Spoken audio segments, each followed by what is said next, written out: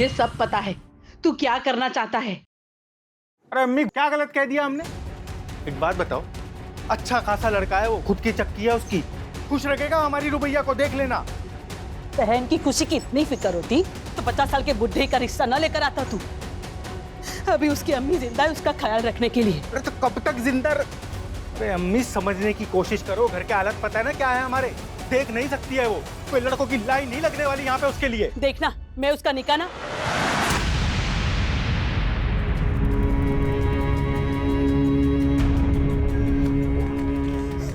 भाईजान, आप बिल्कुल चिंता ना करें। मैं कभी भी आप पर या भाभी पर बोझ बनकर नहीं रहना चाहती। रुबैया, तू तो मेरी जान है, बोझ थोड़ी ना। ऐसे जबरदस्ती निकाह नहीं करवाऊंगी मैं। देखना मेरी गुड़िया का निकाह नेक, ईमानदार, फरमाबरदार लड़के से करवाऊंगी मैं। हाँ अम्मी, क्यों नहीं? एक लड़की जो देख नहीं सकती, जो हूर की परी है, उसके लिए करोड़ों की गाड़ी में आएगा ना लड़का निकाह पढ़ने के लिए। अम्मी, ये ख्वाब है तुम्हारा, ख्वाब ही रहने दो। वो ना अल्लाह देखेगा, तू अपना काम कर। आ बेटा आ।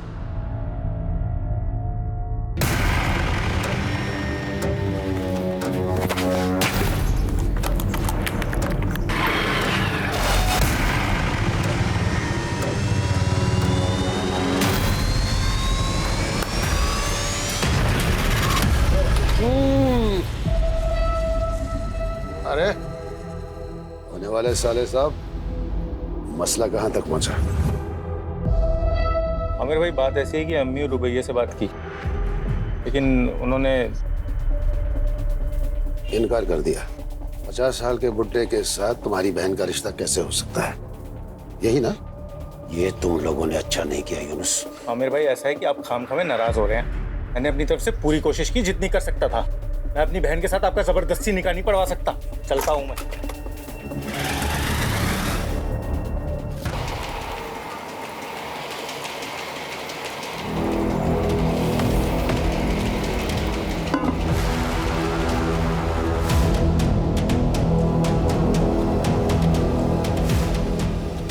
अरे हमसे क्या शर्माना, हमारी दुल्हन बन के ही तो आ रही हो। तुम्हारे भाई यूनुस से बात हो गई है।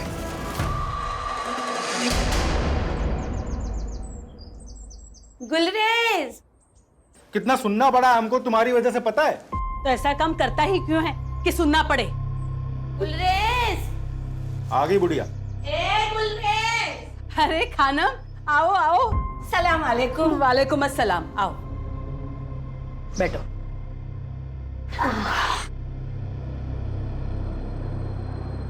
आराम से आराम से। खबर ही ऐसी थी कि अपने आप को रोक नहीं पाई। क्यों? तो भैया को फिर से शादी में गवाना है क्या? अरे गवाएंगे क्यों, हम सब मिलकर गाएंगे। ऐसा रिश्ता लेकर आई हूँ कि मना ही नहीं कर पाओगे तुम लोग। लड़का कौन है, क्या करता है और रिश्ता कहाँ से आया है वो तो बोलो खानम। अरे हजरतगंज के बहुत अमीर खानदानी लोग हैं। हाँ? उनका छोटा बेटा है सैयद, 35 साल का। पिछले साल उसकी बीवी का इंतकाल हो गया किसी बीमारी की वजह से। खैर, बड़ी मुश्किल से वो फिर से शादी के लिए माना है। और मैंने अपनी रुबैया के बारे में सब बता दिया है कि बचपन में एक हादसे में उसकी आंखें चली गई हैं।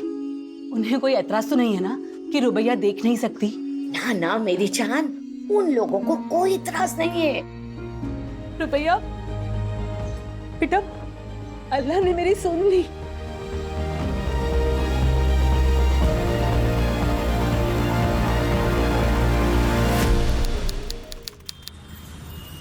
सैयद अमीन इब्न तौफीक अमीन, आपका निकाह रुबैया शेख बिनते फैज शेख से टिक्का राइजुल वक्त 51,000 में तय पाया है। क्या आपको कबूल है? जी कबूल है। भाई कबूल है, मुबारक हो। मुबारक हो, मुबारक हो बेटा, मुबारक हो। रुबैया शेख बिनते फैज, आपका निकाह सैयद अमीन इब्न तौफीक अमीन से सिक्का राइजुल वक्त 51,000 में तय पाया है। क्या आपको कबूल है? जी कबूल। भाई कबूल है, मुबारक हो, मुबारक हो, मुबारक हो।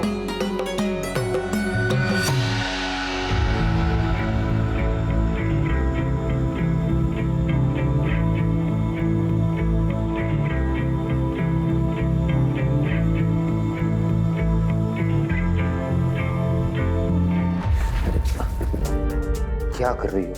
अभी टकराती। वो मैं इस कमरे की चीजों को पहचानने की कोशिश कर रही हूँ ताकि आगे जाके ठोकर ना लगे। आओ बैठो।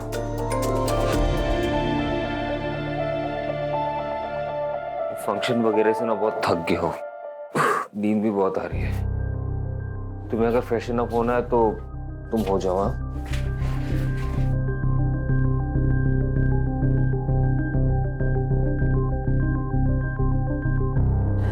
आपसे एक बात पूछूं? आपको सच में कोई एतराज तो नहीं है ना कि मुझे दिखाई नहीं देता?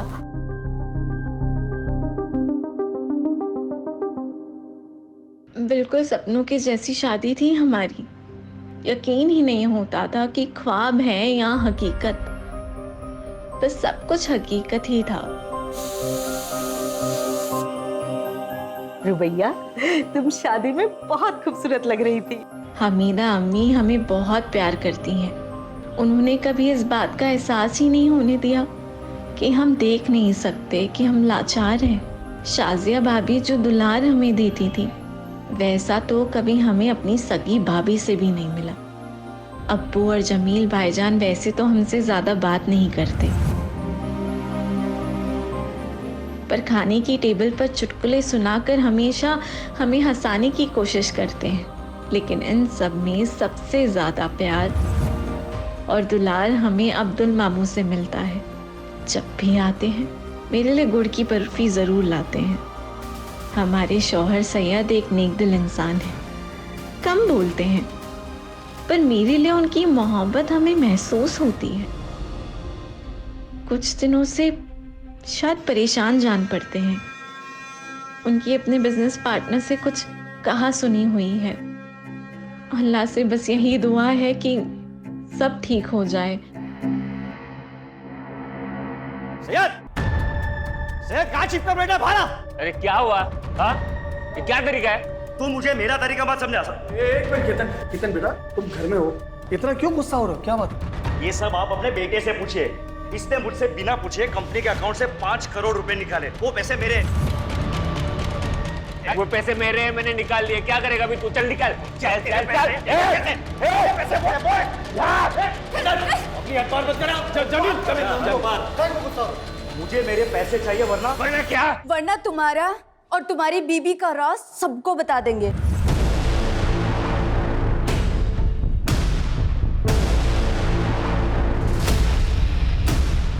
कौन सा सच और क्या बोल रही हैं ये?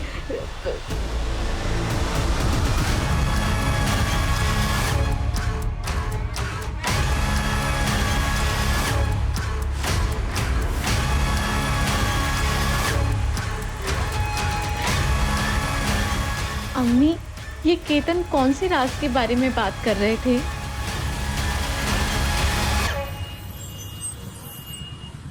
हाँ मेरे। अच्छा वहां भी नहीं है। अच्छा एक काम करना अमित, अगर सैयद तुम्हारे यहाँ आता है या तुम्हारी बात होती है उससे तो तुम फौरन हमें बताना। हाँ अब्बू, अमित के यहाँ भी नहीं है। ऐसे कहाँ जा सकते हैं? केतन से ना झगड़ा होने के बाद से उनका मूड बहुत खराब था। अम्मी, अम्मी मुझे तो बहुत डर लग रहा है। अरे डर क्यों रही है? सैयद मुड़ी है, वो वापिस आ जाएगा।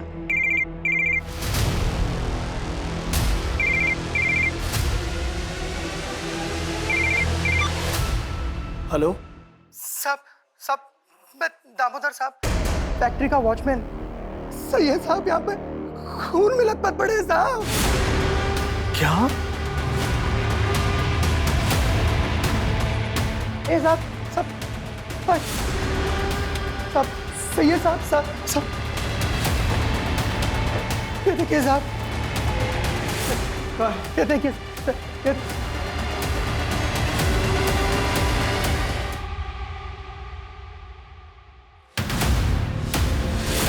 सैयद, सैयद मेरे बेटे। अबू संभालिए। हथियार दिल के आर पार है, एक ही झटके में ढेर कर दिया। ये केतन और दीना नहीं मेरे बेटे को मारा है साहब, उन दोनों ने ही मारा है। संभालो मेरे बच्चे।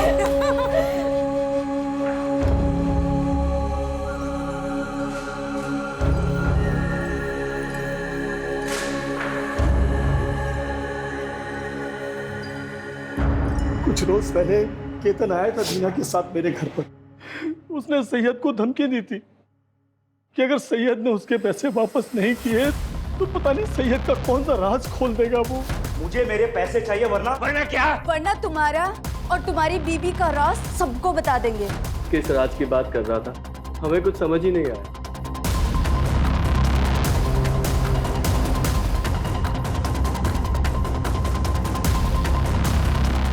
साहब, शाम को 5 बजे मिल बंद हो जाती है। मिल का ज्यादातर काम केतन साहब ही संभालते हैं। सैयद साहब तो कभी कभी आते हैं। सर, सब कुछ छान मारा लेकिन कहीं भी कोई ऐसा निशान नहीं जिससे लगे कि यहाँ झगड़ा हुआ है। वॉचमैन वगैरह से पूछताछ कर लिया, किसी को कुछ नहीं पता। बॉडी को पोस्टमार्टम के लिए भेजो और फैमिली मेंबर्स को इन्फॉर्म करो, जब तक का इंक्वायरी पूरी नहीं हो जाती ये फैक्ट्री बंद रहेगी। और ये केतन और दीना उन्हें पुलिस थाने लेकर आओ, बाकी फैमिली मेंबर से तुम बात करो। यस। कॉल रिकॉर्ड्स चेक किए हैं आप लोगों के? 12 से 1 फैक्ट्री में क्या कर रहे थे? ऐसा क्या काम आ गया? सैयद से कौन से राज फाश होने की बात कर रहे थे तुम लोग? मुझे मेरे पैसे चाहिए वरना क्या? वरना तुम्हारा और तुम्हारी बीबी का राज सबको बता देंगे। मुझे नहीं पता कि वो किस राज के बारे में बात कर रहे थे। मैं तो खुद सुन के हैरान थी। सच सच बताओ, सैयद को क्यों मारा? सर, हमने सैयद को नहीं मारा। हाँ, हम दोनों फैक्ट्री गए थे, कुछ काम था, लेकिन जब हम दोनों वहां पहुंचे तो सैयद की लाश वहां पहले से पड़ी हुई थी। और पुलिस को ये बात बताना जरूरी नहीं समझा तुमने? सर, हम डर गए थे क्योंकि सैयद के साथ सुबह ही हमारा झगड़ा हुआ था, तो लोगों को यही लगता कि हम दोनों ने ही कुछ किया है, इसके लिए हमने किसी को कुछ भी नहीं बताया। राज की बात? सर, कोई राज नहीं, वो तो ऐसे ही हमने उसे डराने के लिए कहा था। पर मैंने उसे किसी से बात करते हुए सुना था कि ये बात मेरे परिवार वालों को नहीं पता चलनी चाहिए। देखो, ये बात मैं अपने घर वालों को नहीं बता सकता। आप मैं समझ रहा हूँ, लेकिन तुम मेरी बात तो समझो ना। पर वो बात क्या है वो हमें नहीं पता।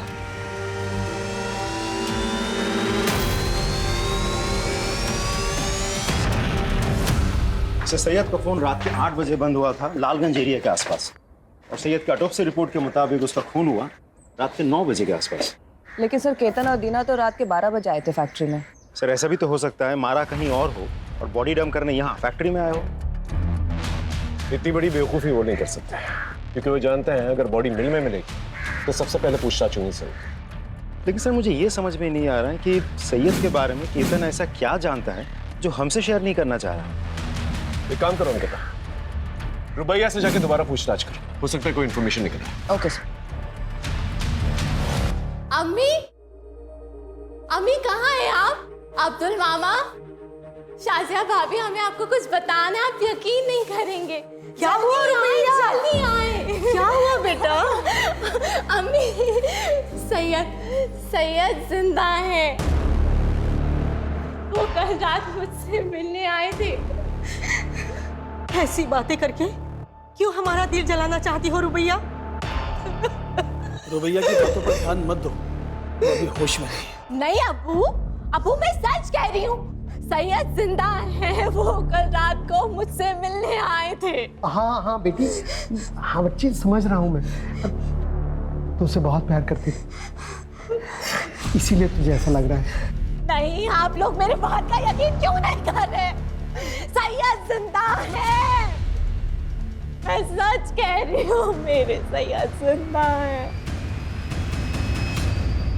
ना ही मैं झूठ बोल रही हूँ, ना ही मैं पागल हूँ मैडम। मेरे सैयद जिंदा है।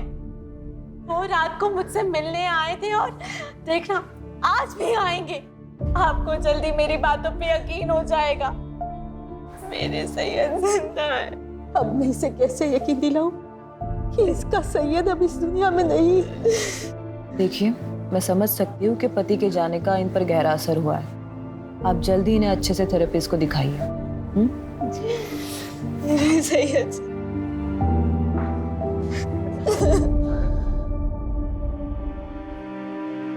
क्यों कोई मेरा यकीन नहीं कर रहा है कि आप जिंदा है सैयद?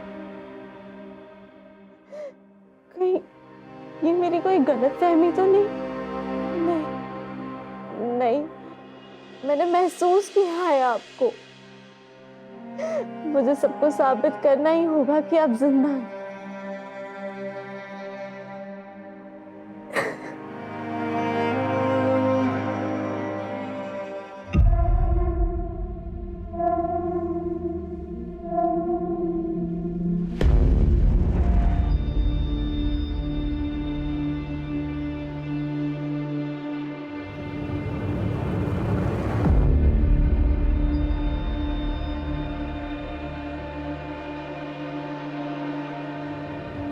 सैयद,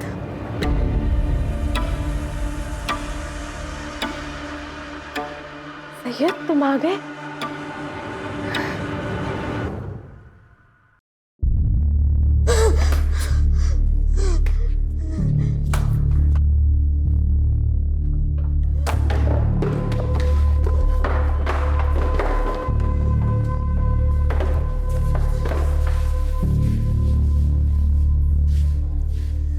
अम्मी समझा करो, हमको घर बेचना ही पड़ेगा।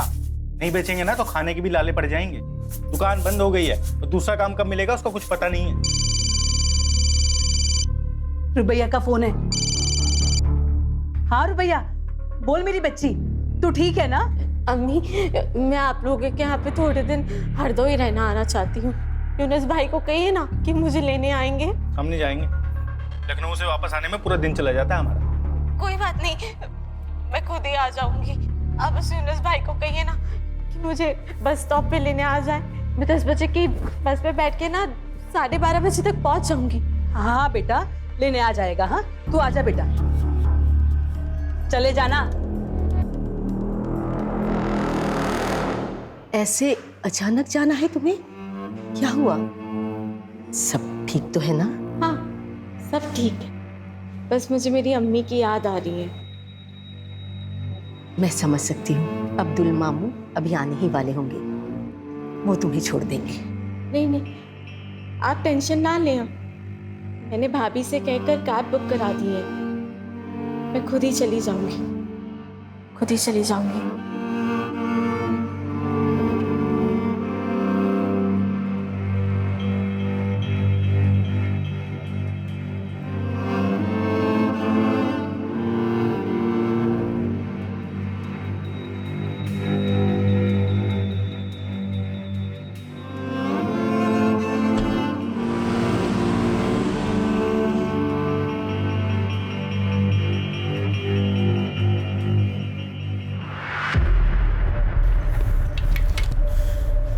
जरूरत थी क्या ऐसे यहाँ पे आने की?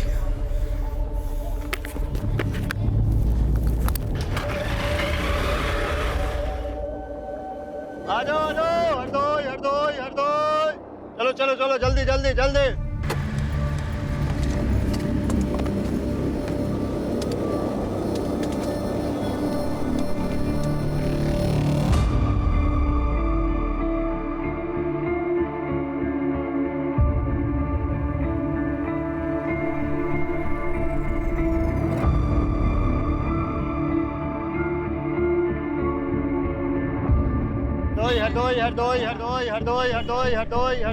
हरदोई। कहाँ जाएंगे मैम? ये बस हरदोई जाएगी। हाँ जी, आइए।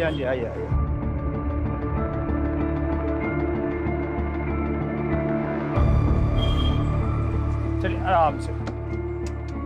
चलिए। आराम से।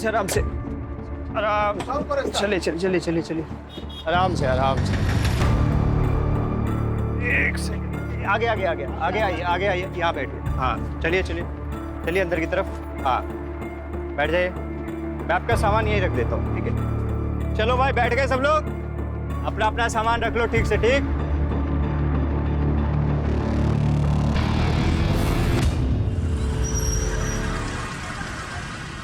हाँ, आदाब गुलरेज बहन। रुबैया पहुंची क्या? हम लोग बहुत देर से कोशिश कर रहे हैं, उसका फोन बंद आ रहा है। मैंने यूनुस को भेजा है बस स्टॉप पे लेने के लिए, लेकिन उसे भी काफी वक्त हो गया है। हो सकता है बस छूट गई हो, दूसरी बस में हो। अल्लाह करे ऐसा ही हो। आए तो फोन करवा देना। जी जरूर। अम्मी, हमें रुबैया को अकेला भेजना ही नहीं चाहिए था।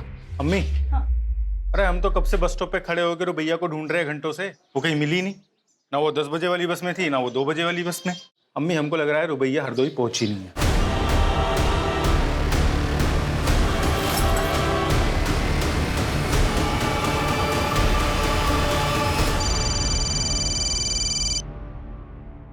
हाँ बोलो। क्या?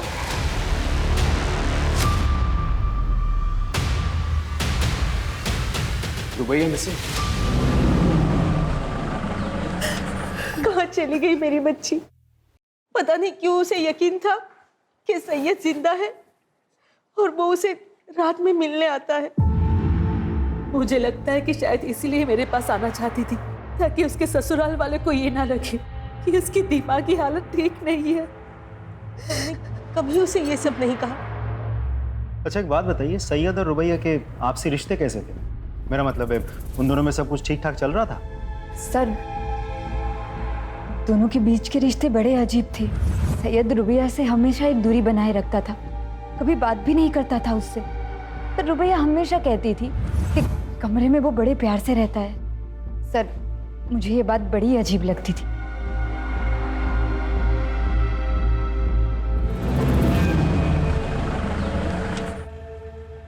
सर, रुबैया के घर वालों से बात करके मुझे समझ में आया कि सैयद और रुबैया के बीच रिश्ते सही नहीं थे।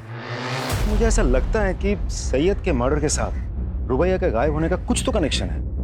एक काम करो, रुबैया के कैब बुक करने से लेके बस स्टॉप पहुंचने तक उसके सारे फुटस्टेप्स ट्रैक करो, उसके call records, cab details, everything. Sir, एक और बात, रुबैया के गायब होने के बाद हरदोई से सिर्फ उसकी माँ आई थी, साथ में भाई यूनुस नहीं था।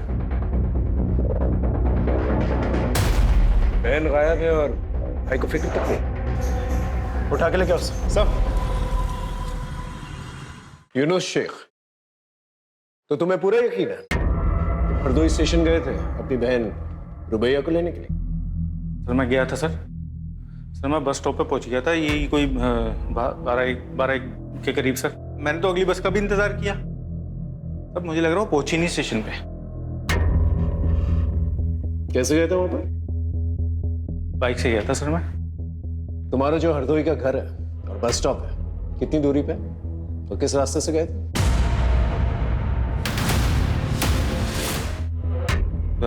दूरी तो सर यही कोई 10 किलोमीटर की दूरी पे है सर। और फिर आता है, सबसे पहले राउदी चौक आता है और फिर उसके बाद एक बड़ी सी बाजार आती है सर। उसके बाद बस स्टॉप नहीं सर, उससे पहले ही एक बड़ा सा आम का बाग भी आता है। उसके बाद आता है 2 किलोमीटर की दूरी पे है बस स्टॉप। ठीक है, जाओ, लेकिन जब भी बुलाएंगे वापस आना। आ जाऊंगा सर। अंकिता, रुबैया के घर से लेके बस स्टॉप तक जितने भी होटल्स, मोटेल्स, ढाबे हैं वहां पर जाकर पता करो और रुबैया के सारे डिटेल्स जो है आसपास के पुलिस स्टेशन भेजो। रुबैया का फोन 8 बजे से एक्टिव था, पता करो किस किस से बात की इसने। और ये रुबैया का भाई यूनुस, सितंबर 15 को 10 से 4 के बीच में इसने किस किस से बात की, किस किस के साथ मैसेजेस एक्सचेंज किए, पता करो सब।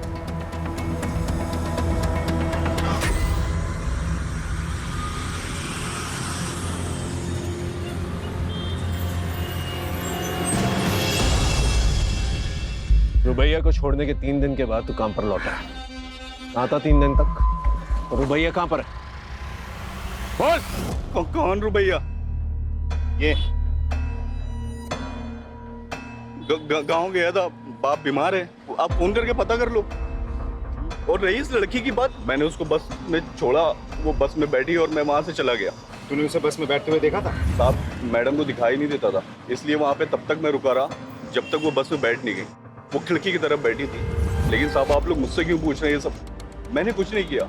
हो सकता है तू कुछ नहीं जानता, लेकिन रुबैया तब से गायब हुई है जब से तेरी गाड़ी में बैठी है। सर, इसके बाद भी मेरी बुकिंग थी, आप चेक कर लीजिए।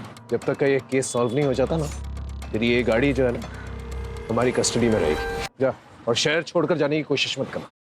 गाड़ी कस्टडी में। सर,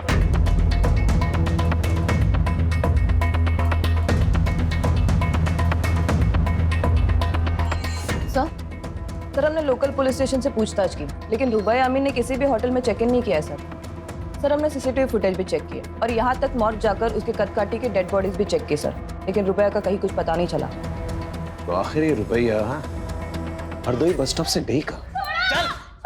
चल ना। मैं नहीं जाऊंगी। ऐसे कैसे नहीं जाएगी? चल। मैं इस गंदगी का हिस्सा कभी नहीं बनूंगी। कैसे नहीं बनेगी? दमन भाई, अबे चुप कर एक मिनट। हाँ लाला, इसको डराने से कुछ नहीं होगा। कहो तो इसको अपने तरीके से इसकी औकात दिखाता हूँ। लड़की को खरोच भी नहीं आनी चाहिए, कोई दूसरा तरीका ढूंढ। ठीक है लाला। नहीं छोड़ता। प्लीज खोलो, प्लीज मुझे बाहर आने प्लीज। तुम्हें पूरा यकीन है ये वही लड़की है जो तुम्हारी बस में बैठी थी? हाँ साहब, उस दिन यही लड़की बस में बैठी थी, लेकिन हमारी इंफॉर्मेशन के मुताबिक तो वो हरदोई पहुंची ही नहीं थी। तुम्हें पक्का याद है? हाँ साहब, मुझे पूरा याद है साहब। वैसे आम पैसेंजरों का तो ध्यान नहीं रहता, लेकिन ये कुछ देख नहीं पाती थी। बल्कि साहब इसका सामान भी मैंने ही रखा था और इसे बिठाया भी मैंने ही था। अच्छा, तो तुम्हारी बस हरदोई पहुंची तो इस लड़की को उतरते हुए देखा था? साहब इतना तो याद नहीं है मुझे, लेकिन हाँ साहब, हरदोई से पहले जब बस चाय पानी के लिए रुकी थी तो मैंने इसको उतरते हुए जरूर देखा था साहब। चलो भाई, जिसको चाय वाय नाश्ता पानी करना है कर लो, बस सिर्फ 10 मिनट के लिए रुकेगी।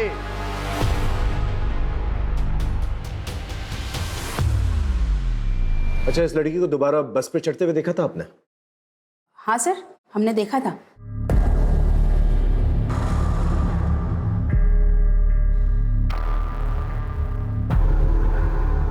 श्योर? श्योर। ठीक है, आप जा सकते। इसका मतलब रुबैया हरदोई पहुंची लेकिन अपने घर तक नहीं पहुंची। घर नहीं पहुंची मतलब रुबैया का भाई यूनुस नहीं तो कुछ? कोई है? प्लीज खोलो, प्लीज मुझे बाहर आना है, प्लीज खोलो। खोलो, खोलो।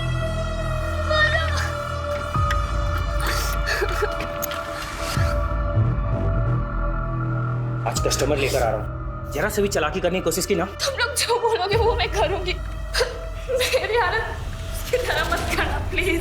तैयार करके लेके आ। झूठ बोलता है? हाँ, तेरे कॉल रिकॉर्ड चेक किया हमने, तू हरदोई बस स्टॉप गया ही नहीं था। क्यों नहीं गया था? रुबैया को घर लाने क्यों नहीं गया था? कर गया था सर मैं। तो मेरी बीवी है ना बानो, तो रोज लड़ती थी रुबैया की वजह से, और इस बार उसने मुझे धमकी दी थी, बोला था कि अगर रुबैया घर में आई ना तो घर छोड़ के चली जाएगी। क्या करता सर मैं? नहीं गया फिर।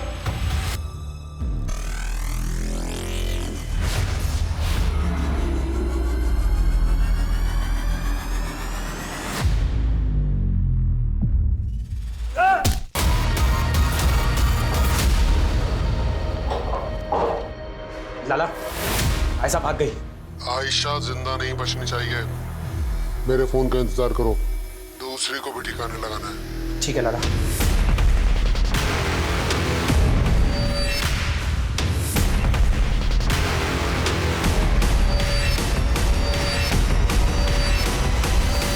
चेक की सर, उनमें से 15 सितंबर को सैयद का भाई जमील, उसकी लोकेशन रुबैया की लोकेशन से मैच हो रही है।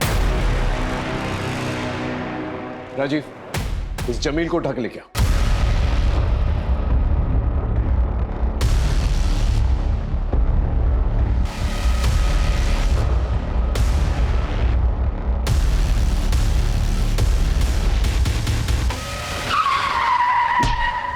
सर, जमील का एक्सीडेंट हो गया, उस पे किसी ने गाड़ी चढ़ा दी है।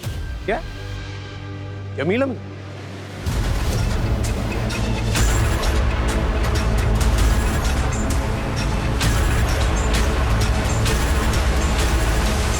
हमने तुम्हारे बैंक स्टेटमेंट्स चेक किए। तुमने बहुत सारे ट्रांजैक्शंस जो हैं बबल क्लब्स में किए। पहले हमें ये लगा कि शायद तुम हॉलिडे मनाने के लिए अपनी बीवी के साथ इस क्लब में जाते हैं, लेकिन जब हमने क्लब में फोन किया तो पता चला तुम अपनी बीवी के साथ नहीं बल्कि सैयद के साथ वहां जाते थे। तो चल क्या रहा था तुम्हारा सैयद? हाँ, देख सच सच बता दे। एक ही फैमिली के 3 मेंबर्स के साथ हादसा हुआ है, कोई भी झूठ बहुत भारी पड़ेगा तुझे। सर मैं बाइसेक्सुअल और सैयद गे था। हम दोनों एक दूसरे को डेट कर रहे थे और वो मुझे पैसे भी देता था। हम दोनों एक दूसरे के साथ बहुत खुश थे, लेकिन फिर पता नहीं एक दिन सैयद ने अचानक से आकर कहा कि वो दूसरी शादी कर रहा है और वो ये रिलेशनशिप को कंटिन्यू नहीं कर सकता। सर वो क्लब में अकेले जाने लगा, लोगों से मिलने लगा, उन्हें डेट करने लगा। सर उसने मुझे पैसे भी देना बंद कर दिया। रोज ऑफिस में हमारे झगड़े होने लगे और हमारे डिफरेंसेस लोगों के सामने आने लगे। और ये सब देखकर मेरी पत्नी दीना वो मुझसे सवाल करने लगी थी, इसीलिए उसके लिए मैंने जानबूझकर सैयद को धमकाया। लेकिन एक बात समझ में नहीं आई, सैयद की बीवी रुबैया, वो उसके साथ 1 साल तक खुश कैसे थी? और 1 साल तक सैयद का सच उसे कैसे नहीं पता चला? सर मुझे कुछ नहीं पता, लेकिन हाँ बुशरा सर, बुशरा सैयद की पहली पत्नी थी और वो उससे बिल्कुल भी खुश नहीं थी। वो उसे डिवोर्स देना चाहती थी, लेकिन वो बोटिंग एक्सीडेंट में मारी गई। राजीव, इस बुशरा के बारे में पता कर और बुशरा बोटिंग एक्सीडेंट के बारे में पता कर। जी सर। शिल्पा खत्री नाम की औरत आपसे मिलने आई है। शिल्पा बार क्यों मिलेगी? यस मिस खत्री, बोली। सर वो शायद रुबैया दोबारा बस में चढ़ी ही नहीं थी। क्या? लेकिन पहले तो आपने कहा था आपने उसे बस पे चढ़ते हुए देखा था। सर जब हमने उसे देखा था ना, तब हम थोड़ा नींद में थे, लेकिन कल हमें याद आया कि जो लड़की बस में चढ़ी थी उसके हाथ में वो छड़ी क्या बोलते हैं उसे? Blind walking stick. हाँ वो नहीं थी। मिसेस खत्री, वो चाय की दुकान याद है जहां पर बस रुकी थी? हाँ सर, देखा था इस लड़की को यहाँ, उधर बैठी थी सर। हाँ मैडम, क्या लेंगी, चाय या ठंडा? भैया 1 कप चाय दे दीजिए। ठीक।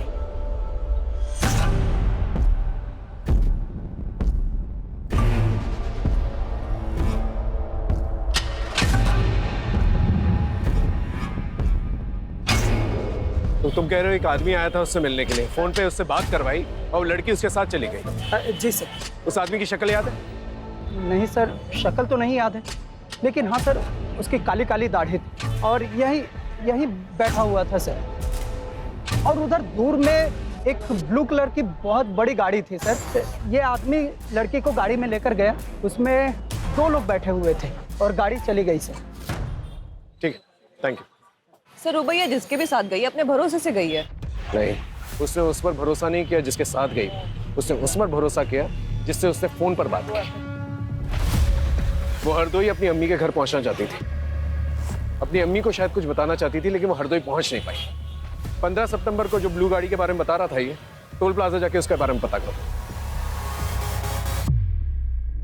ये सच है अंकल, सैयद को लड़कियों में कोई दिलचस्पी नहीं थी और ये बात सैयद की पहली पत्नी बुशरा को भी पता था। झूठ है ये सब। बुशरा सैयद के बच्चे की मां बनने वाली थी। रुबैया और सैयद दोनों बहुत खुश थे और आप कह रहे हैं कि उसे औरतों में कोई कुछ भी कहेगा आप उसका विश्वास कर लेंगे? अरे वो हमारे घर का बच्चा था।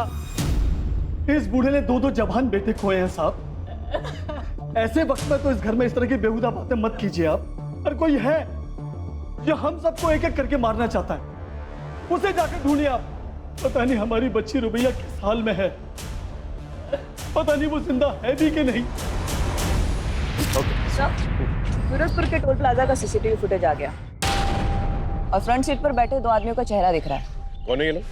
गगन और बब्बन सर। सर ये दोनों हिस्ट्री शीटर्स हैं और फिरोजपुर के ब्रोथल से भी इनका कनेक्शन है। उस गाड़ी के बारे में पता चला? किसके नाम पर रजिस्टर्ड है? जी सर, जमील। जमील अम्मी? Yes sir. सर वही रुबैया को लेकर गया था और इसके पहले कि हम उससे कुछ पूछ पाते उसका मर्डर हो गया सर।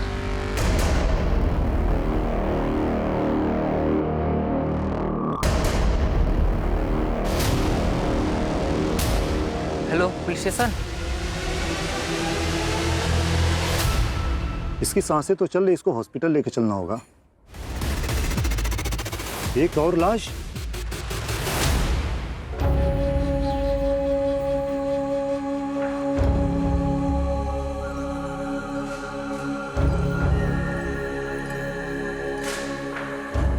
जी बोलिए।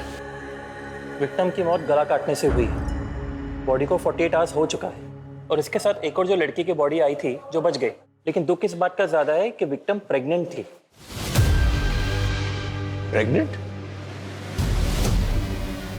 She was 2 months pregnant. लेकिन ये कैसे हो सकता है?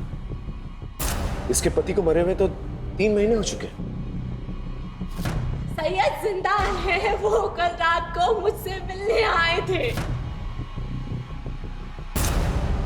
सिर्फ क्या हो रहा था इसके साथ उस घर में? कहीं इस बच्चे का बाप जमील तो नहीं? कहीं वो रुबैया के अंधेपन का फायदा तो नहीं उठा रहा था?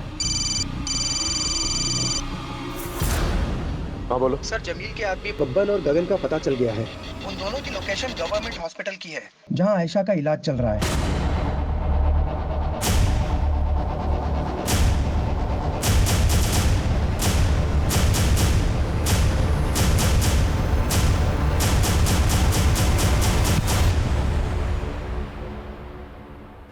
किसने कहा था उसे मारने के लिए? किसके कहने पे मारा? बोल।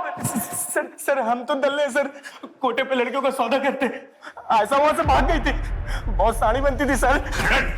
बोल। रही बात रुबैया की, रुबैया को जमील भाई लेकर आए थे, उन्होंने उसको पकड़ा सर, उन्होंने मारा होगा, हमने कुछ नहीं किया, यकीन कीजिए। कोठे पे ले जाकर क्यों? कोटा किसका है? कोठा किसका है? बोल। कोटा जमील भाई और लाला का है। लाला कौन? कौन लाला? कौन लाला? बोल। लाला यानी अब्दुल मामू का।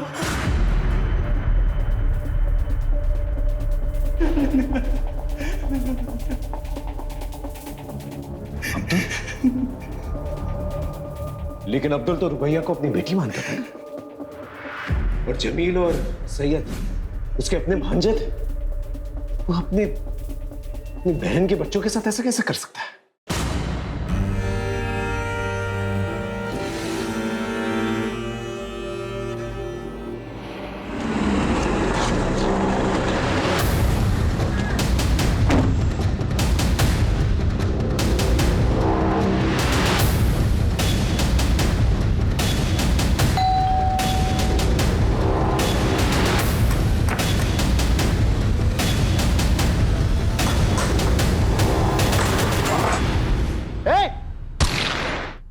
गर्दन पर गोली लगी है, हॉस्पिटल लेके जाओ।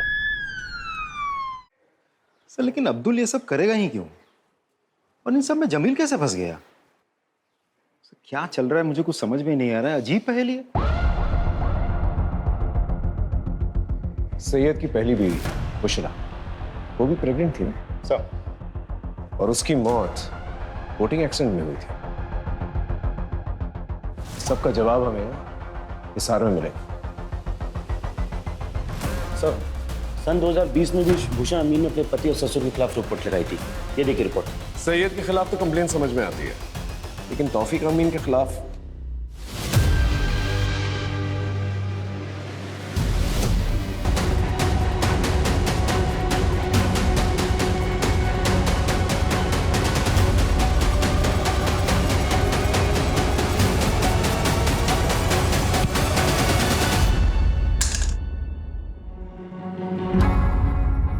जमील,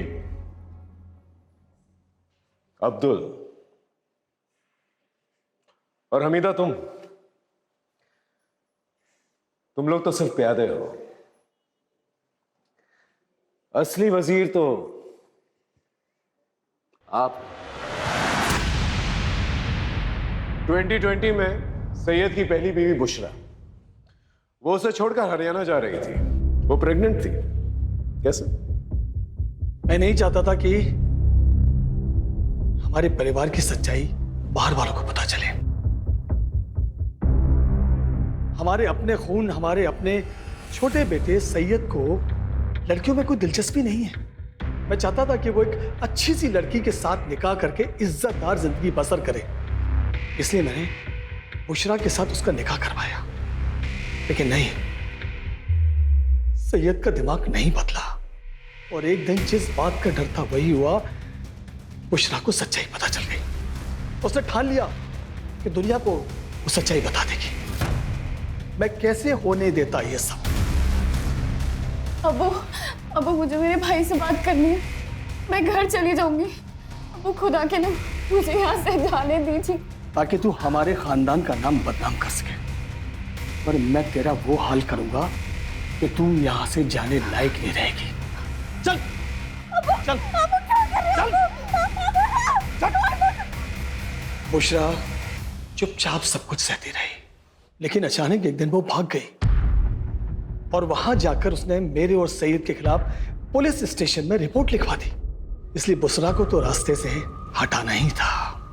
उसके बाद हम दोनों ने जैसे तैसे सैयद को दूसरे निकाह के लिए मनाया। रुबैया हमारे परिवार के लिए एकदम सही थी, वो देख नहीं सकती थी। सैयद रात को घर में होता नहीं था। हम सैयद का इत्र लगाकर रुबैया के कमरे में जाता था। रुबैया को कोई शक नहीं होता था, वो सिर्फ इतना पूछती थी, सैयद तुम आ गए? अपने परिवार को आगे बढ़ाने के लिए जो भी सही था वो मैंने किया। लेकिन अपने बेटे सैयद को क्यों मारा? एक दिन उसके दिमाग में भी फितूर चढ़ गया। आपको ये बात समझ में क्यों नहीं आती कि मुझे लड़कियां नहीं लड़के पसंद है, और इसमें कोई गलत बात नहीं है। देखो, आप उस लड़की के साथ जो करना चाहते हो आप करो, उससे निकाह करनी है, उसके साथ सोना है, उसके साथ घूमने फिरना जाना है, जो करना है करो, लेकिन मुझे अपनी सच्चाई के साथ जीना है और मैं अपनी सच्चाई सबको बता के रहूंगा। सिंपल है। और मैंने अब्दुल से सैयद को मरवा दिया और मैंने और जमील ने मिलकर सैयद की बॉडी को फैक्ट्री में रखवा दिया, जिससे सारा शक केतन पर जाए। लेकिन एक दिन रुबैया को भी मेरी सच्चाई का पता चल गया।